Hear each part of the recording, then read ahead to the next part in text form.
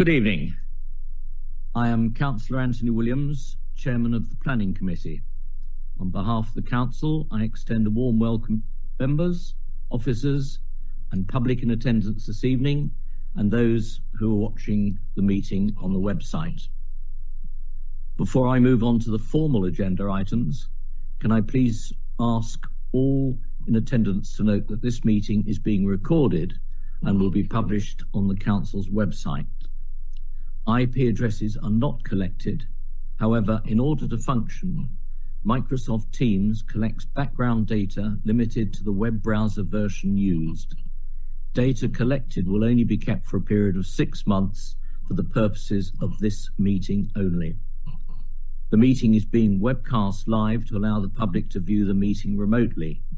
Please be advised that the public seating area is not in view of the camera used to webcast this meeting, and the meeting will continue even if the webcast fails at any point. We are not expecting a fire drill this evening, so if the alarm sounds, please exit the room by the fire exit and a member of staff will guide you to the assembly point at the end of the car park. The public are asked to remain in the public seating area. However, if they are registered to speak, I will ask them at the appropriate time to move forward to the deputation table with the microphone. You have to turn the microphone by pressing the red button and then turn it off in reverse. After the deputation, I will ask them to return to their seats in the public seating area. Can I please ask that all mobile phones are now switched to silent or airplane mode for the duration of the meeting? And can I remind all parties to use the microphone when speaking and switch off afterwards? I shall now move on to the first agenda item, item 1, apologies for absence. Ms. Freeborn, do we have any apologies? Thank you, Chairman. Apologies for absence have been received from Councillors Shaw, Stevens and Mitchell. Thank you. Item 2, confirmation of minutes. This is the amended draft minutes of the meeting held on 20th of February. Members, are these agreed? Thank you. Chairman's announcements. I have no announcements this evening. That's item 3. Declarations of interest. Do any members of the committee have an interest to declare? I have to declare that for item 3, I'm a member of Headley Parish Council. I attended the planning committee, but I did not vote on this item and I will be taking part in item 3. Are there any other declarations of interest? I will be speaking on item 1. Yep. As ward member. Thank you. Chairman.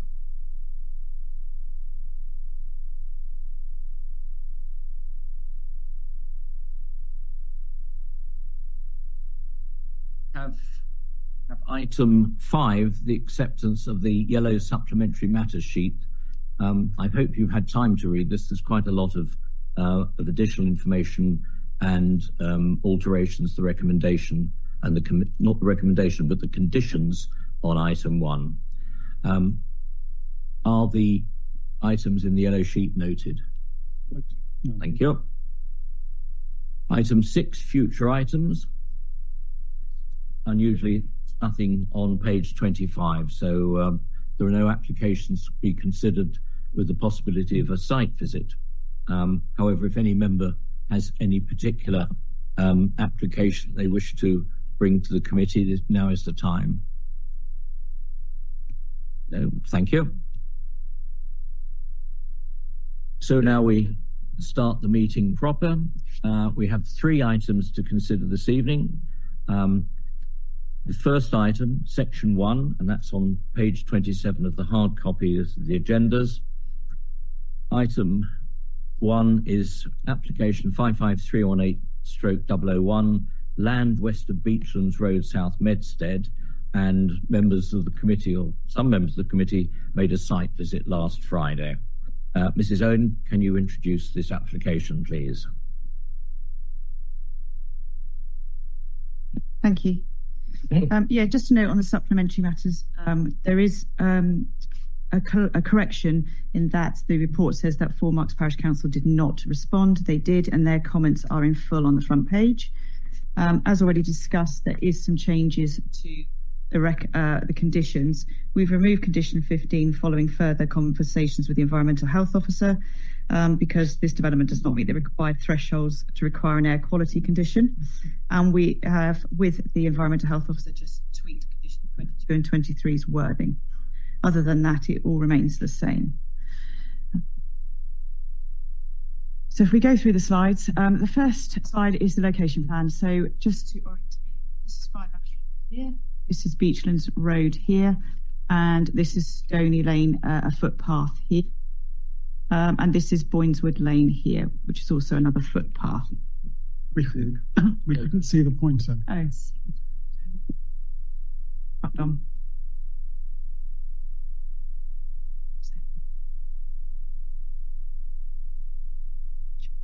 Sorry, so this is, yeah. Thank you. That's Beachlands Road there. That's 5 Ash Road there. Footpath that goes through. And this is another footpath known as Boyneswood Lane here. So this plan here shows the settlement boundaries for South Medstead. And as you can see, the site sits in here outside of the settlement boundary. So this application is in outline. So the only thing we're agreeing under this application is access, but a number of parameter plans have been submitted to give us an idea of how development will work on this site. So the area in sort of yellow is the developable area, and it's all developable area, both orange and green, but the green obviously shows a potential road network.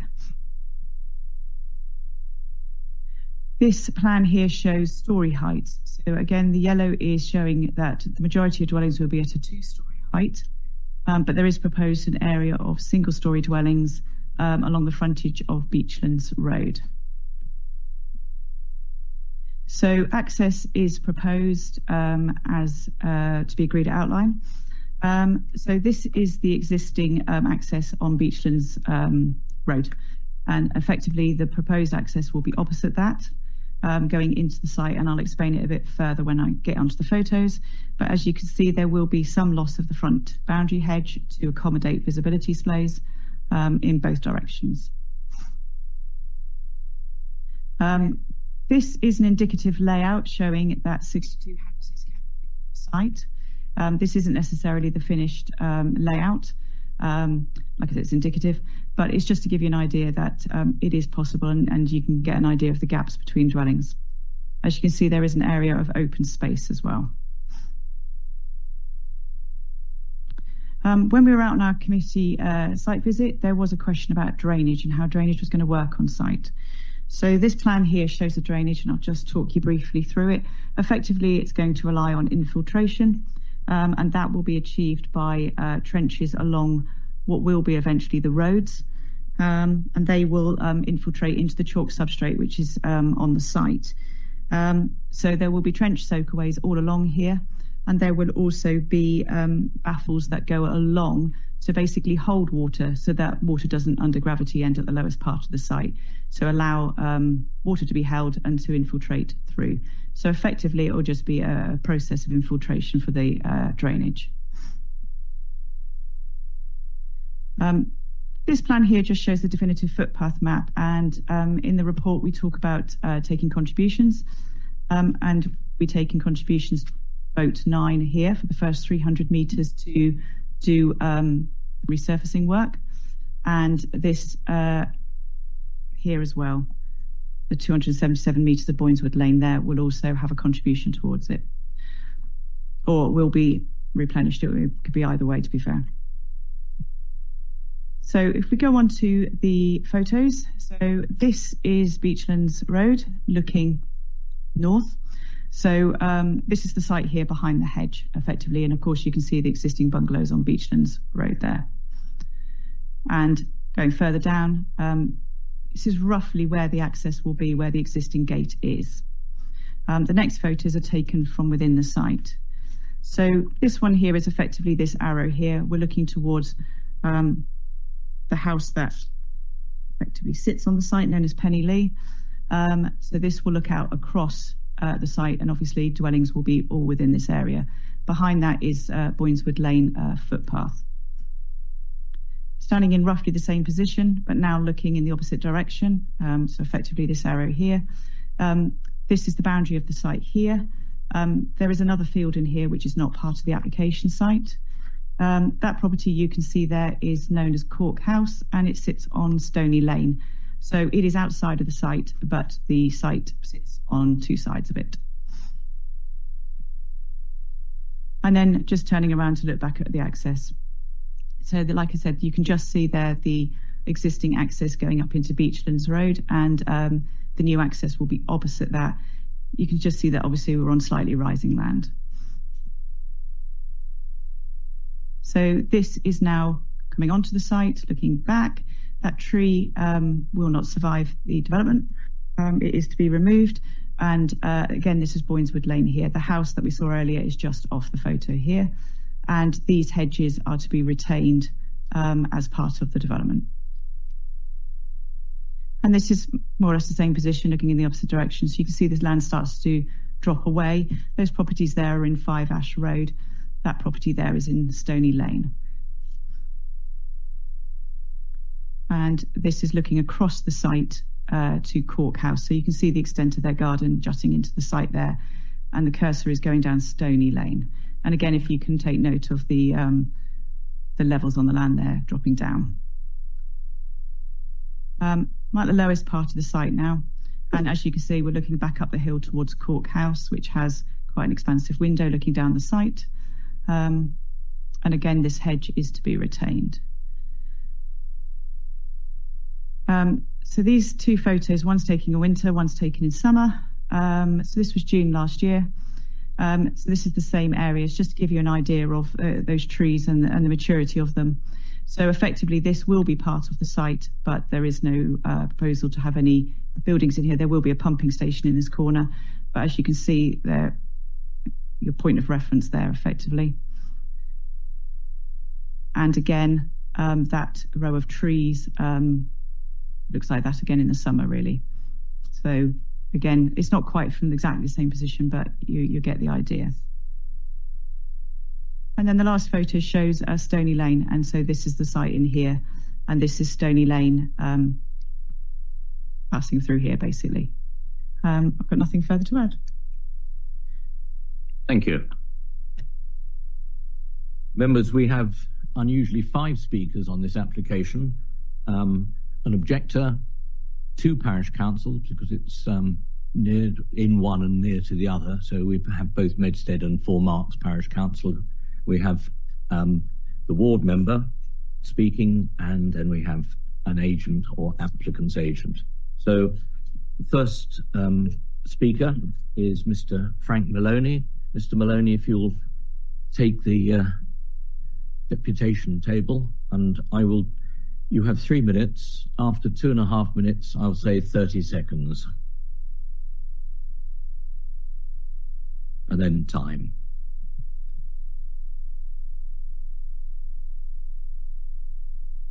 Good evening. My name is Frank Maloney. I speak on behalf of Medstead and 4 Marks Neighbourhood Plan.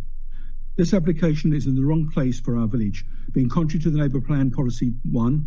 It creates an isolated island for wheelchair users, contrary to the Disability Discrimination Act and MPPF 115B, requiring access for all.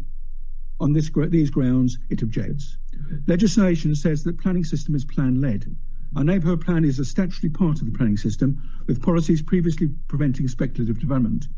Your planning policy team is assisting us with our current review, which will shortly result in a master plan for sustainable allocated housing and involvement of our villagers. However, we already have permissions for 256 houses, with a further 272 in the system and 79 expected to go to appeal. With no 5-year land supply, we could expect to have 607 at year end and no master plan. Using the council figures, this will leave the plan to allocate only 561 dwellings until 2043.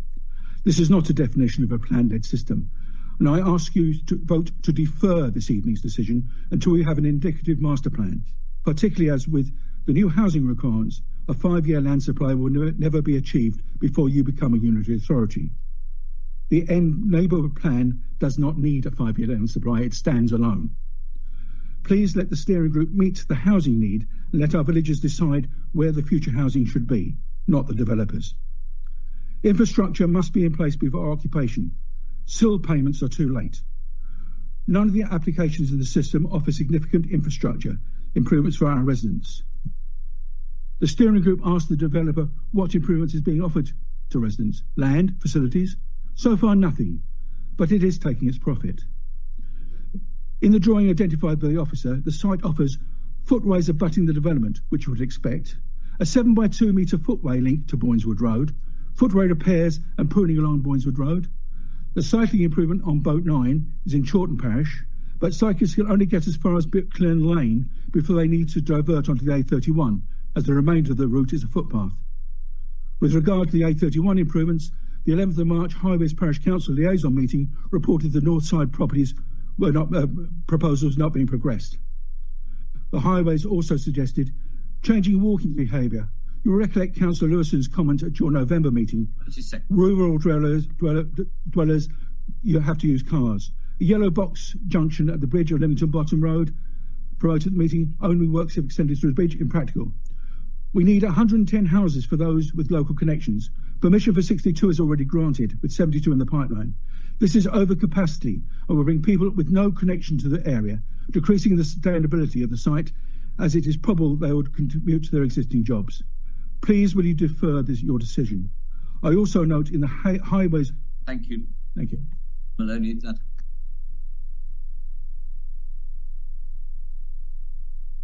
I now have Councillor Phil Quinion from Medstead Parish Council. And again, 3 minutes and a 30-second notice. And timing starts when you start.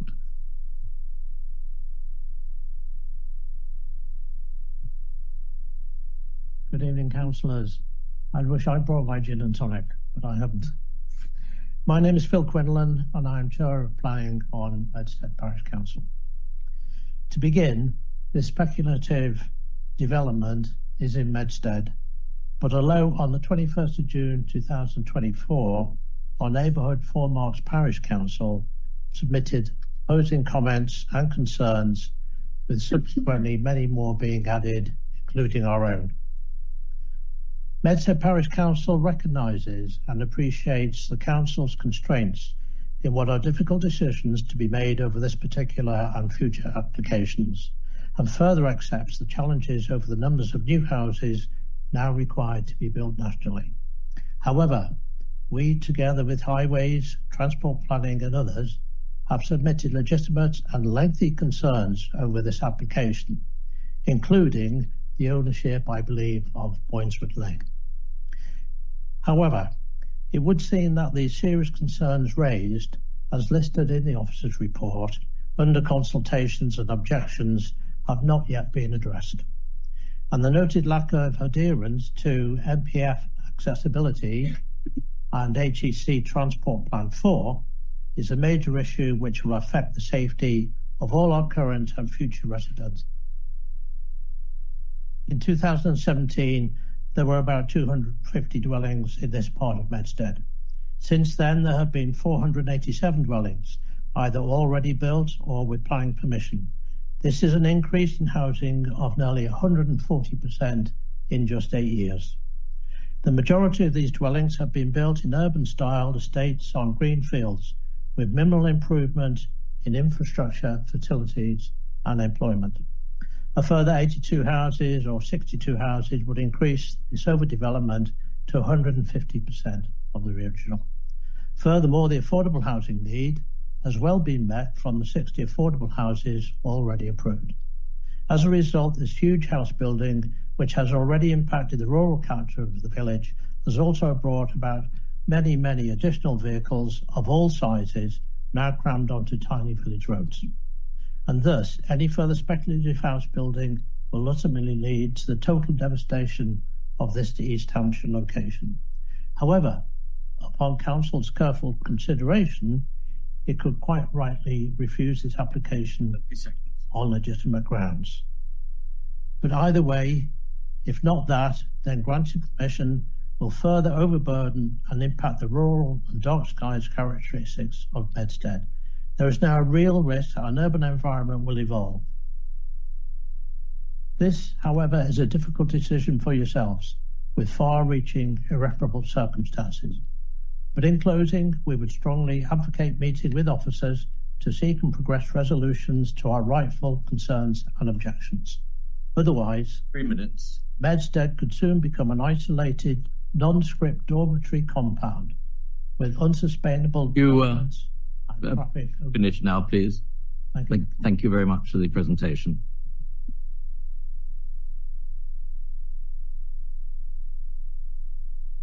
Speaker is the ward councillor. Sorry, I beg your pardon. The next speaker is the Four Marks Parish Councillor, Councillor Paul McAllister.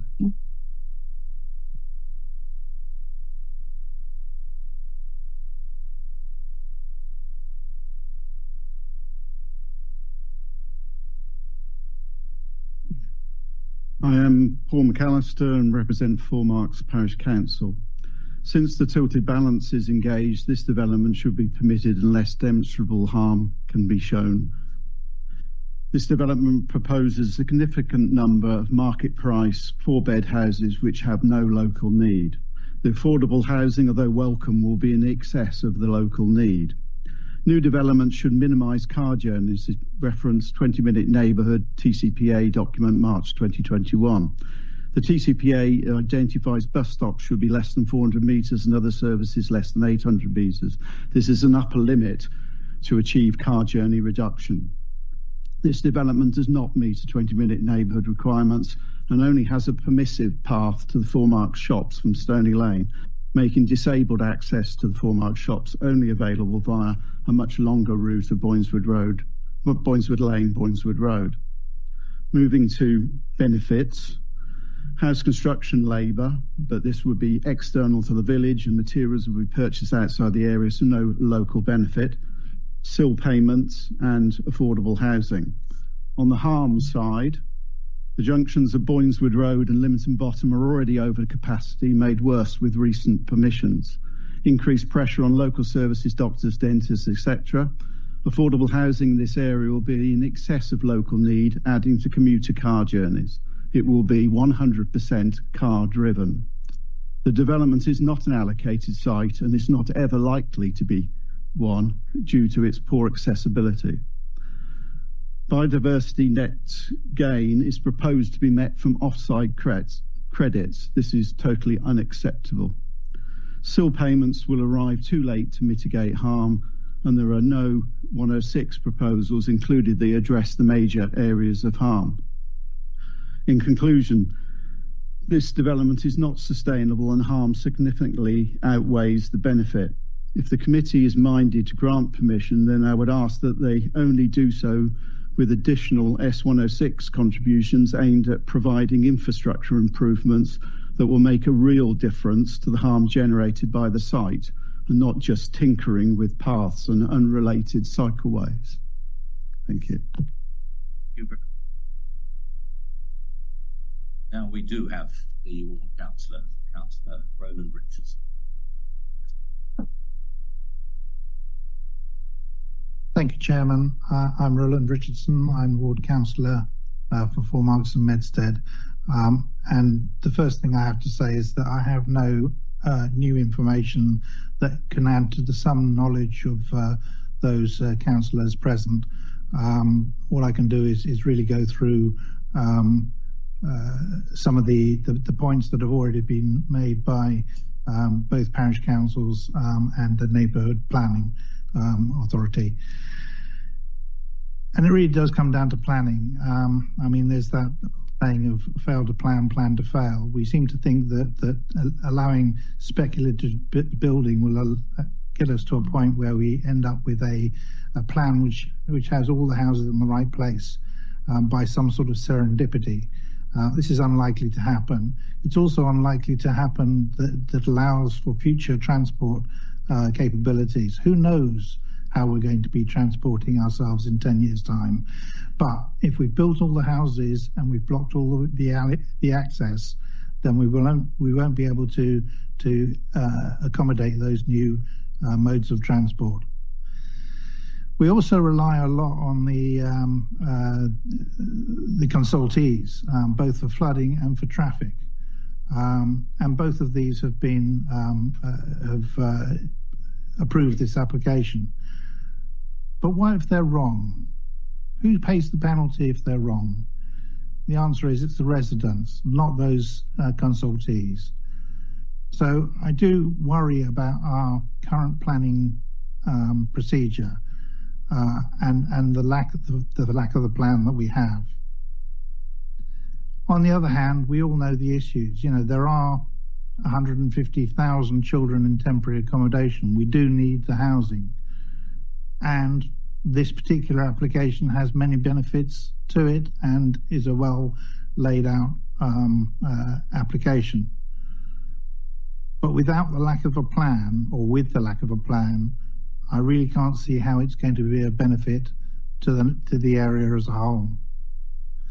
Medstead Parish Council and Four Marks Parish Council have well articulated objections, and I think we should be listening to them, particularly the need to work with them on the emerging national neighbourhood plan. I recognise that many of these issues are beyond the scope of this meeting, but I thank you for your forbearance and for listening to me. Thank you. You'll be able to rejoin the committee after we have voted on this item, but you must remain in the public gallery for the time being, please. Lastly, I have the agent, Nick Billington. Mr. Billington, if you take the stand, please. Thank you, Chair. Throughout the consideration of this outline application, Bargate Homes have worked hard with your officers to agree a framework for the future residential development of the site for 62 new homes.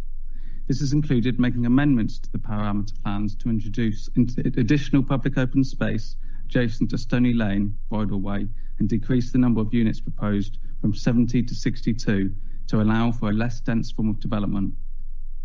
Importantly, the site is well located relative to the good level of facilities within Four Marks, being within 15 minutes walk of the village centre. To help further facilitate walking and cycling, Bargate are also committed to providing improvements for Boyneswood Lane Bridleway and Boyneswood Road Footway, as well as combined contributions of over £300,000 towards wider pedestrian infrastructure improvements in the area to make journeys by foot and cycle safer and easier. This will all be supported by a travel plan that will encourage walking and cycling. With these measures supported by detailed traffic modelling, we are pleased that Hampshire Highways have raised no objection to the proposals.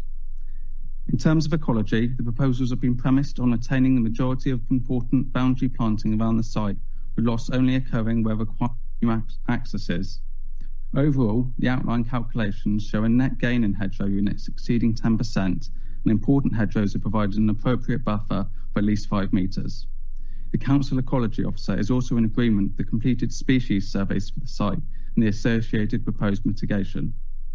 Where it's not possible to achieve a net gain in biodiversity on site, Bargate are required and committed to achieve a 10% net gain overall using a combination of on-site habitat retention and off-site habitat enhancement. Off-site enhancement is an entirely legitimate way of providing biodiversity net gain and means the new enhanced habitat can be effectively managed and maintained into perpetuity by a provider registered with Natural England. Bargate are pleased to be able to provide 62 new homes, including 40% as affordable homes, to help meet the desperate need for housing in the district.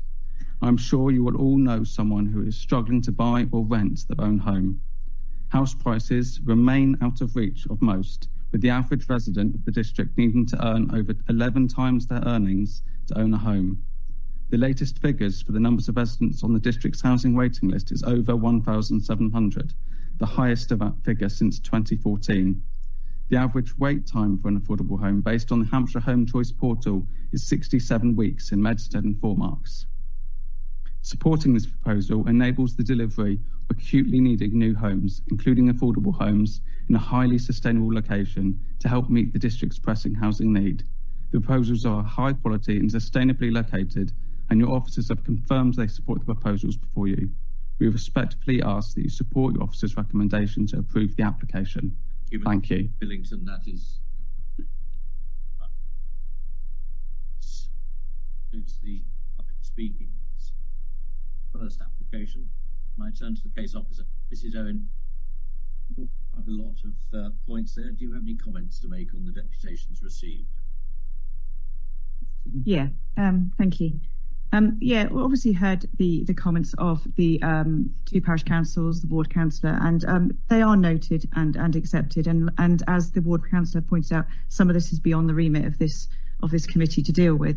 But I think what I would remind you is that we have an application in front of us where we have resolved the issues, and we need to deal with the application that is in front of us. It is not entirely clear why there is a request for deferment, because the issues, as I said, we have dealt with. We have no objections from consultees. So it's not that we don't understand what they're saying. It's just that at this point in time, I think we are where we are and we need to make a decision on this application. And that's probably about all I can say on that, really. Members who would like to add a comment or ask a question on this application? Councillor Sillimore, and then followed by Councillor Glass. Thank you, Chairman. Interested to see there's a return to ditching in this application. Can you tell me who will be maintaining the ditching? Because ditches are notoriously ill-maintained, existing and I'm sure to come. When you say ditching, do you mean with regards to the landscaping or drainage? Drainage. Oh, it's covered off in the 106. It will be a management company. If you just clarified in your presentation, you said trenches and then ditches. Now, a ditch to me is an open vessel.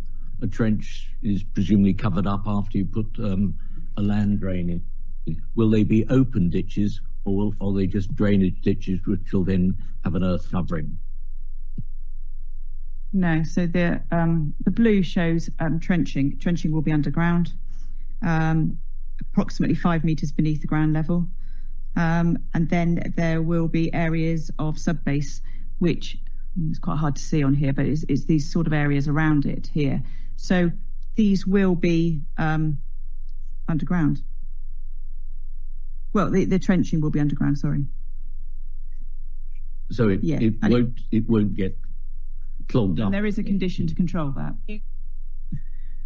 Councillor Glass. Yes, thank you, Chairman. Mrs. Owen, I note obviously that this application is up to 62 properties, but from what the agent has been saying, it's clear that they have reduced the number and therefore they're looking to build 62 properties. However, I do note that our ecologist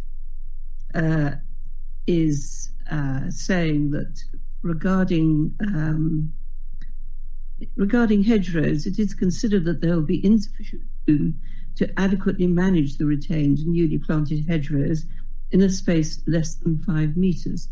Concerned whether future layout will be able to protect and enhance the hedgerows. And then in addition, our arboricultural officer has said that the indicative plans do not demonstrate space for unobstructed growth and introduction of good-sized trees. I appreciate that tonight we're only here for the outline, and therefore usually we only consider matters of access actually for that. But could you comment on whether or not you believe that the proposed 62 houses is perhaps still squeezing too many onto these 2 fields, bearing in mind what I think are very valid comments about the lack of space for the good-sized trees and the lack of space to maintain hedges, etc. Because the last thing we want is to have a constricted site if we give permission for this. We want to be able to enhance the ecology that we've got already and not destroy it. Thank you. Obviously, this is picked up in the report, and yes, there is a little bit of a difference of opinion between the developers ecologist and our ecologist about the hedgerows. We have done quite a bit of work on this, and obviously the layout is not set at the moment, so we do have some control over that. We have obviously concluded that we are satisfied that those hedges can be maintained, as can the trees that are off-site that overhang the site. They will all be able to be retained and maintained, and we can still are confident that we can get an acceptable layout on that site. If I could just come back and say that with the agent in the room, I would personally like to see, if this gets permission, fewer houses on these two fields, because I think that would enhance the whole area rather than a rather cramped appearance. Thank you. So Smart. Well, two matters for information for me, I think. One is it appears one of the parish councillors made a very clear wish to delay this until they have their neighbourhood plan in place, which to me seems quite reasonable, but I assume it's in the world we're living in, with a presumption in favour of sustainable development and a lack of land available for development. There's not a mechanism by which we can do that. Am I correct in thinking that? Yeah, you have to deal with what is in front of you here now. Yes, we know that there's a neighbourhood plan process ongoing, but it's not necessarily close to a resolution. And so at the present time, we have an application in front of us for 62 houses that does need a decision. Okay, right, thank you. And the second question is, I appreciate a lot of this is under reserved matters, and as Councillor Glass said, really we're only looking at access, because in the presumption in favour of sustainable development, it'd be quite nice to have a really clear idea of how this meets the sustainable development requirements. And until we see the reserve matters, like the housing they're putting in, the agent for the developers said quite clear that he wants to increase the housing lot for housing, the housing needs of East Hampshire, which is 1 to 2 bedroom houses. It's not 4 bedroom executive homes. And our local plan makes that quite clear. We want 1 to 2 bedroom houses, and we need affordable housing and social housing. Now, presumably, we can't discuss that now because this is not here, but we will get the chance to discuss this, I assume, as we consider the reserve matters later on. The housing type and mix and tenure of affordable housing would be discussed at reserve matters. So at the moment, there's no indication of what size these dwellings will be. We would assume there would be a mix of dwelling types here. But that will come to the committee again? Yeah. Right, thank you. Councillor Woodard. Thank you, Chairman. Yeah, I was on the site visit, and actually it was quite useful because I think I could visualise the photographs, which normally I can't, so actually help because it's a very odd site. What I can't work out is you had one of the slides which had the boat improvement and another lane improvement, because to me, whether this site is sustainable really is key is, can people walk and access the village centre? And looking at the lanes and knowing what they are now, I can't see how that's possible. So to me, a key item is how could those two, the boat and the other footpath, be improved to make it accessible? Because if people can't walk with pushchairs, people can't walk with sticks or whatever, if it's only the young and fit that can walk on those, that is not a sustainable route centre. So to me, that is really important to understand how they will be improved.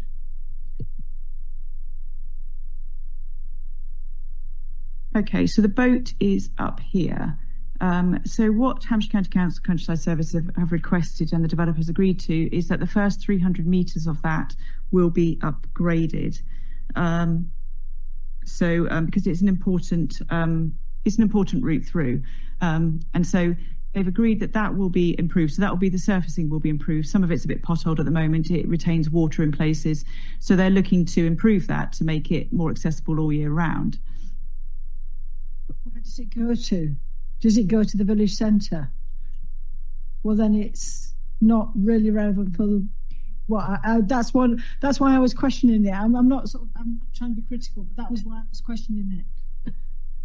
And what about the other one then? And this one here, Boyneswood Lane. So that would be the full length of that would have it would be resurfaced as through the process of this application. Resurfaced enough for pushchairs, etc. So it's going to be accessible for most people. Is that the case? Yes, it would be looking to improve that surface. So obviously at the moment it's, well, not obviously, but it's a bit dipped in places. It's got a few potholes. So it'd be looking to increase that. There is obviously dwellings that are served off that access as well. So yeah, there's one near me that's we discussed previously, the bridle path, and you try and walk down there and you're risking tripping over and spraining your ankle all the time. So if it's that sort of level now and it's not improved much, then it's still not really accessible. You couldn't push you couldn't have a pushchair down there. That was what I'm really trying to understand. Thank you. Yeah, what I would say is that the surfacing of that would be up to Hampshire County Council Countryside Service, because they're ultimately responsible for it. So we would have to take our lead from them as to how they do it. But they normally put on a new, it won't be tarmac necessarily, but it will be obviously a new, probably rolled sort of hogging surface potentially. Taking that lane, if it is improved, is it more likely to be used by motor vehicles to and from the site rather than going all on tarmac roads? Yeah, I think it would. That's more for access. So I don't think it would increase vehicle access to the site from there now. That's right, Rob. Thank you, Chairman. If I can follow on from that, the problem is that once you've got access, vehicle access so far, before long it goes even further. My question is, how far is this development from the school? You've got Medstead Primary School, you've noted. How far away is it? But the other ones down in Four Marks, how far away are those schools from this development? Because I don't believe children are going to walk from this development to those schools. No question, they're going to be going in vehicles.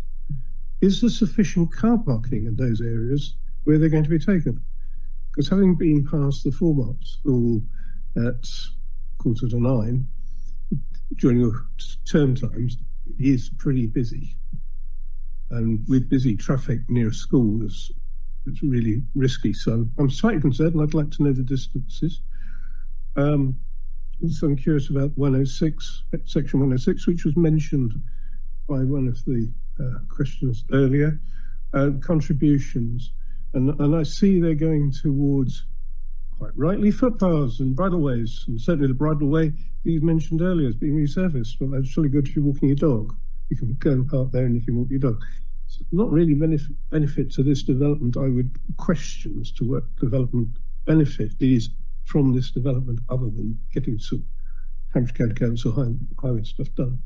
But I'm concerned also regarding parking at Four Marks, because who's going to walk with shopping 15 minutes and 15 minutes back in pouring rain in November? They're going to take a car and they're going to park. And I'm concerned about the car parking in Four Marks, because I don't believe those shops have got sufficient car parking area. Now, whether that's relevant to this application, I believe it is as far as sustainability. Because if you can't go somewhere, okay, you can have it delivered by a supermarket direct to your door. But surely we should be looking at some of those things. Could I have some clarification on those items? Thank you. Yeah, I don't know the exact distances, but Four Marks Primary School is to the south of the site. The 1.2 miles I've just heard, but it's 1.8, but it's beyond a reasonable walking distance. It's across the railway line in the A31, right at the southern end of the village. Medstead Primary School is to the north of the site, and again, that's probably a couple of kilometres, and again, unlikely to be walkable. There's no footpath, pavement, or street lighting along that route. Four Marks Village Centre is just about 850, 900 metres to the south of the site. So that gives you an idea of the distances. And acknowledge what the points you're making about those distances and the likelihood of increased car use to access those. I think the point the County Highway Authority are making is that these measures are designed to mitigate and to try to reduce overall reliance on car. It's not going to change everything and everybody's habits, but these measures are there to mitigate those.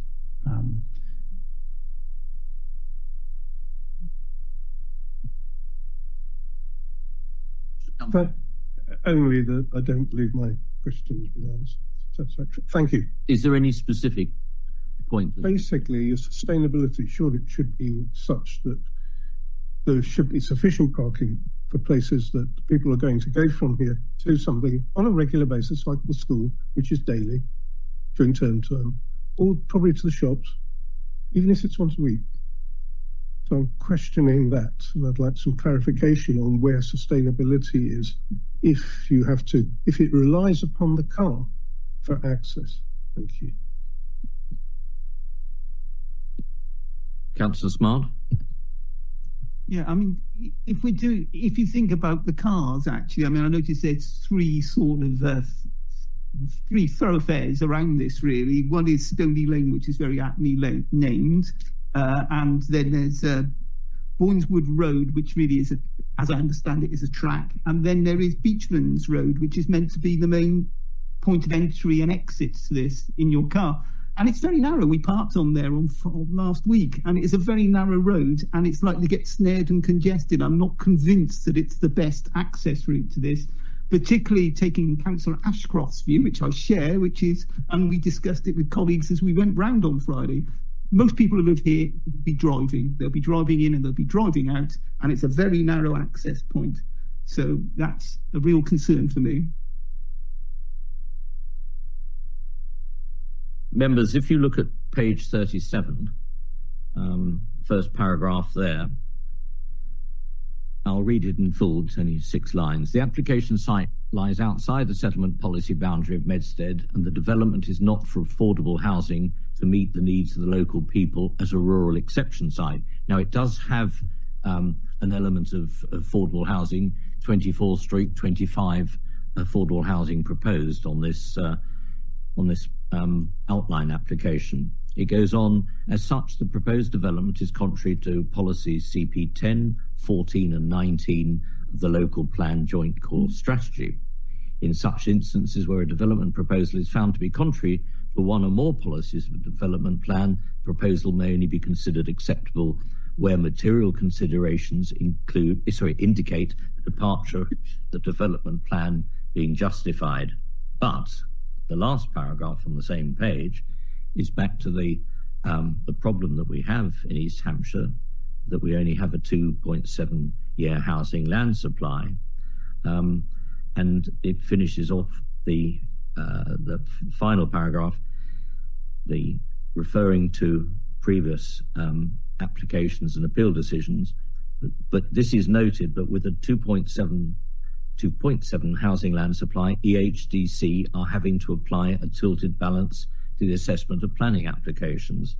And then you go on to page 51, the last paragraph, and this is where we, as a committee, are having again and again to look at the weight that we have to give to both what conditions, what planning policies there are, but with the dead hand of the 5-year housing land and supply and the tilted balance. And that paragraph on page 51, but as detailed above, the harm is considered to fall far short of the, quote, significant and demonstrable bar, unquote, necessary to warrant a refusal. And I'm afraid this is getting a bit of a mantra, because we are faced again and again with applications that are not within a settlement policy boundary, but we haven't got the housing land supply, and there has to be, even though it doesn't fulfill all the conditions or policies, we do not, unless there is something very unusual about a particular application or specific circumstances, basically we have to give it permission. I don't like saying that. I like plan policy led, but unfortunately the government is trying to get houses built in ever increasing numbers in East Hampshire and the rest of the country. And that is the point we're in. We're between a rock and a hard place. Anybody else wish to speak? Councillor Lewis. Thank you, Chairman. We're always faced with, this presumption in favour of sustainable development. And I think, the question we're all grappling with this evening is this really sustainable? Certainly, if you go back through the documents that were on the portal, go back to Hampshire County Council's original transport assessment back in August, they said the majority of the facilities in the village are well beyond the 800-metre maximum walking distance. If you look at some of the proposed access routes, the one down Stony Lane to Four Marks and Medstead railway station, and then over to the main part of Four Marks Village, from my recollection, that is over a footbridge. So certainly wouldn't work for somebody with a pushchair, for example. I have very, very significant concerns about the transport assessment here. And I'm also quite bemused as to how they go from the position in August to the most recent transport assessment, which says they're now quite happy with this, despite the fact that none of the distances to the facilities have changed in the slightest. But we do now have an S106 contribution of £200,000 to £300,000, incidentally to be used against exactly the same things that a contribution is to be used from the development that we approved at land west of Longbourn Way about 6 months ago. If you look at the items to be conditioned, they are exactly the same. So presumably they're going to repaint the yellow box junction a second time. So I remain very concerned about this development. And I guess I would ask a question to either Mrs. Owen or as to whether the tilted balance extends as far as a presumption in favour of unsustainable development. A couple of things there. The original highways comment did pick up the fact that it was not in necessarily walking distance accepted. But they also go on to make reference to the Gladman appeal, where there were similar distances that were put forward, and the inspector concluded there that they were acceptable distances to services, which puts us in a slightly difficult position. Secondly, part of how they got to where they are is by saying, effectively, if we improve the ability for people to cycle, walk to other places within the village, that will increase the sustainability of the site. And that is how they came to the point that they are now. With regards to contributions, it is likely that they are taking, they're taking contributions potentially for some similar or the same stuff as Longbourn Way, but it may be that they actually, no one development can meet the cost of that on its own.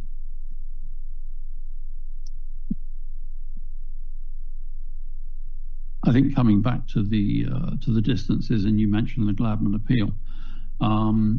The Gladman appeal is very significantly closer to the school. It's on the other side of the A31. I'm sure somebody from the audience will probably tell me exactly how far it is from the Gladman site to the school, but I know the area reasonably well, and I would estimate it's less than a kilometre.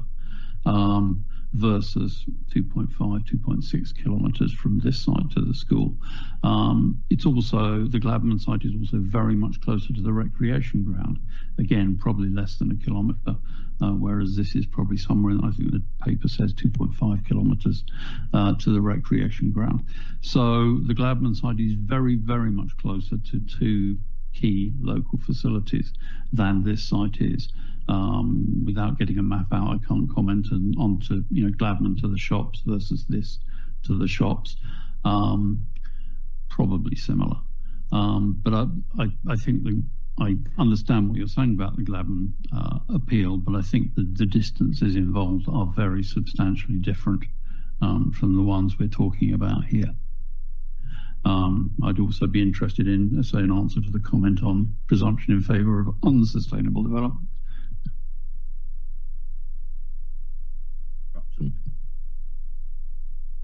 Thank you, Chairman. Yeah, interesting comment from Councillor Lewis, and thank you for that question about unsustainable development. It's a difficult situation because I understand Councillor Woodall's point about sustainability, Councillor Ashcroft's as well, and really the committee in total. But putting this into context, as Councillor Lewison has mentioned, we had the Gladman appeal last year, which was allowed, as we all know, and that was 1.8 metres to the shops and services uphill, which that inspector considered to be appropriate and a reasonable walking distance to get to those shops and services. We also had, perhaps more of relevance, an appeal decision in February this year for Telegraph Lane in 4 Marks, which was for 10 dwellings, allowed an appeal, where the inspector there, in allowing it, noted that the walk to shops and services would be 20 minutes in one direction, i.e. 40-minute round trip walking on unlit pavements, allowed the appeal. This application before you is really no different from that. It's no worse than that if they're closer to shops and services than Telegraph Lane is. But the important point to make, I think, is that the inspector, in allowing those 2 appeals, did mention that the site does adjoin existing, established and new housing in the area, and therefore the occupants of the new dwellings would have a similar level of accessibility to shops, services and schools. Similarly, the reliance on car usage would be comparable with those adjoining the site. So I think those reasons are particularly pertinent to this application here. Thank you, Chairman. Do you wish to speak? Yeah, thank you for that clarification, Mr. Upson. I should say, when I was talking about the village before, I was talking about, I know this is in Medstead Parish, I was talking about going to 4 Marks Village, not actually all the way up to Medstead. So, it's really difficult, this one, because without the tilted balance, I don't think any of us would be any doubts that we'll be saying no. And I think when I came onto the council in 2019, we were just about to go to Reg 18 consultation on the local plan there. 6 years later, we're no nearer, or don't seem to be any nearer moving forward. And now we've got even more houses. And the fact that the plan, our current plan, is so out of date is a really big hindrance to us, because a lot of these sites, and some of the sites that have been proposed now possibly would have been put in a new plan if we'd have got to that stage. But I do have, and I've said this before, I have so much sympathy for 4 Marks and Medstead, because they're facing what Horndean faced years ago, and we never did anything about it. And you have a small village centre which doesn't satisfy the needs of the population. When you get these developments like this, you're not really looking at do we need a new community building? Where is it going to be? And infrastructure isn't just electricity, gas and doctors and dentists. It is the community side of it, the social side as well. And when you have planning by application, speculative application at that, you are not actually getting that cohesive picture that what the community wants and where they want to live, and that I can really what the 4 Marks Neighbourhood Plan Group, Mr. Maloney said, really resonated with me, because they're not having that opportunity to really structure something that will be worthwhile and support the community there to expand and to live well there for the future. But we're stuck in this position, and it's the frustration of everybody, the officers as well as all the committee members here, that because of the tilted balance, our hands in a lot of ways are just tied, and there's not a lot we can do, and that is a real frustration. So with me, this tilted balance is really on balance, because I still at this stage don't know whether I'll support it or not, because from what Mr. Upson said, I'm thinking yes, but from what I saw, my views are that it is not a sustainable site. So I really still don't. Normally at this stage, I'll ask members if they wish to debate this item as opposed to ask additional questions. Does anyone wish to debate the item? I see a hand from Councillor Ashcroft, and then I'll follow with Councillor Glass. Thank you, Chairman. We are in this position of tilted balance, which is very frustrating. And it's been boiling for 2 years, 3 years, really annoying. And hopefully another 2 years it'll be completely cleared. So that would be good, and it won't be my problem. Where we are at the moment is with the application for a development of 60 odd houses. Fine. In a normal situation, we'll turn around and say that was really good. Unfortunately, in this one, for me, I have a problem. Because this development site is the other side of the A31 road.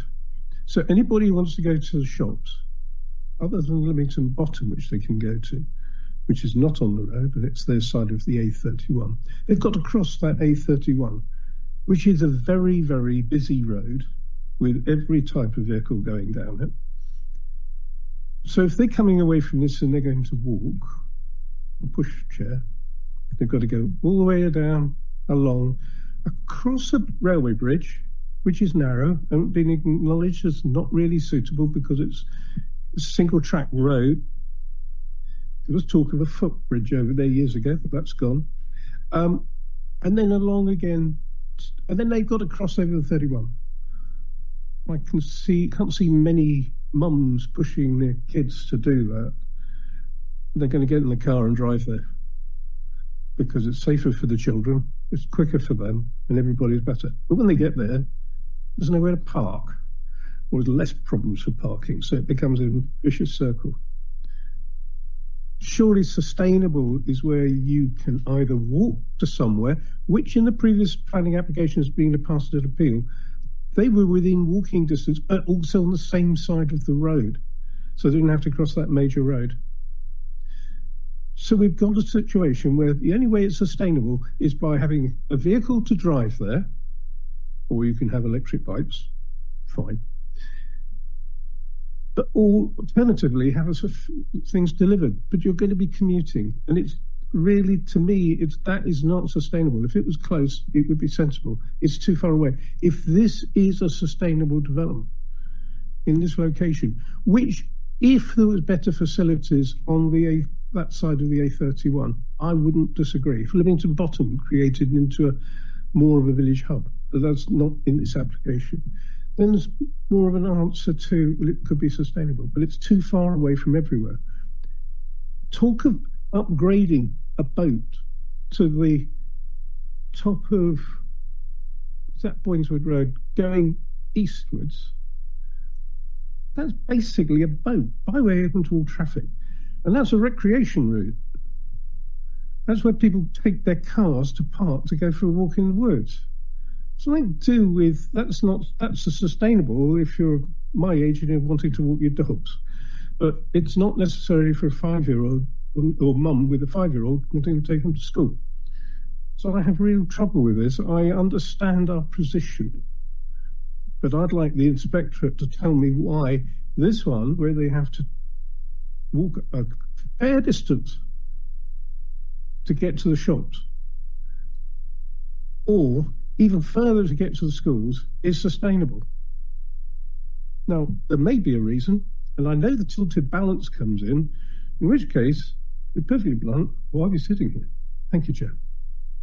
I think there's one small correction, and that the co-op surely is on this side of the side of the A31 as opposed to the shopping centre. I agree, and that's about 30 metres. Councillor Glass. Yes, thank you, Chairman. Of course, Beachlands Road was built, I'm not sure when it was built, but that too was supposedly perhaps unsustainable. I don't know. It's a similar distance. It was presumably virgin land, as this is. when it was built. We're talking about a very narrow margin between the properties on that side of the road and the proposed properties on this site. And with the tilted balance in the state that we are in at the moment, I really feel that however much my heart may say, these fields perhaps should not be developed, I actually think that if this was to go to appeal, we would probably lose that appeal, because I think that this would be deemed to be acceptable, whether sustainable or not. And I don't often say that, but I really do think on this occasion that the tilted balance has to come into play.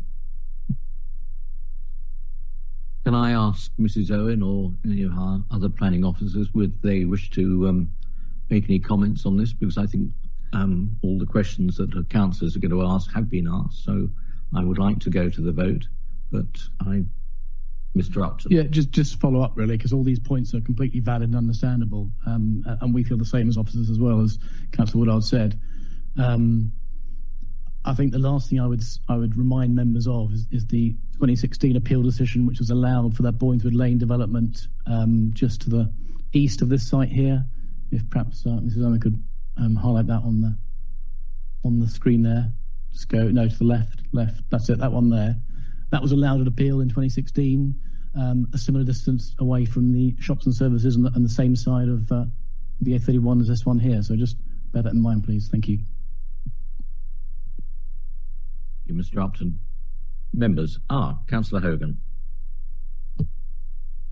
I'd like to emphasise what Councillor Glass said earlier on about the ecologists' comments, and it's not just the hedgerows, but there's a significant regionally important population of bats, and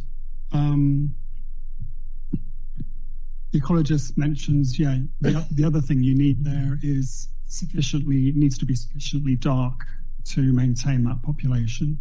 So I have to agree with Councillor Glass that, with it, we cannot have a dense, population of houses in this area. So if this was, when it comes along later, if we were to support this outline, then, I would hope also to see that there will be less houses on this development.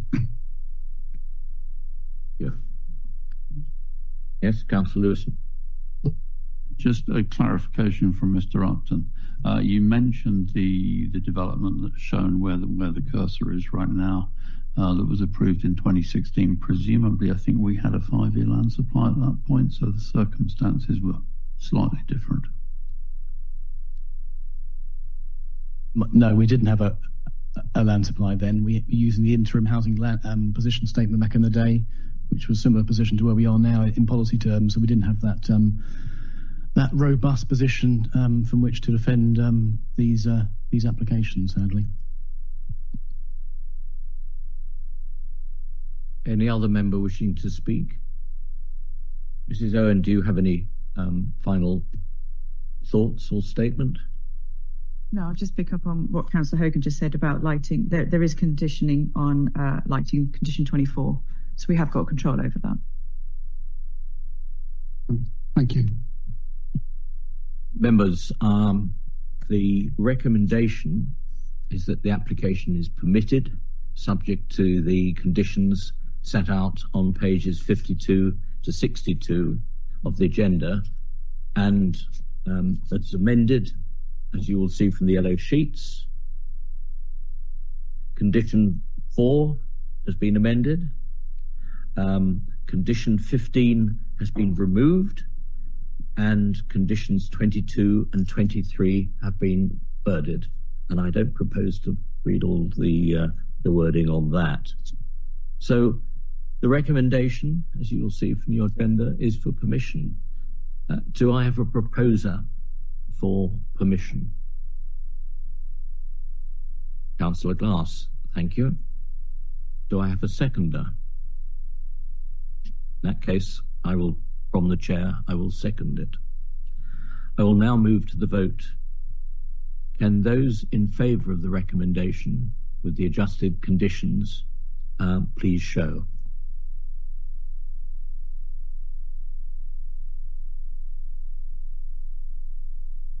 Yes. Those against the recommendation? And those abstaining? Could I have the result, please, Ms. Friedman?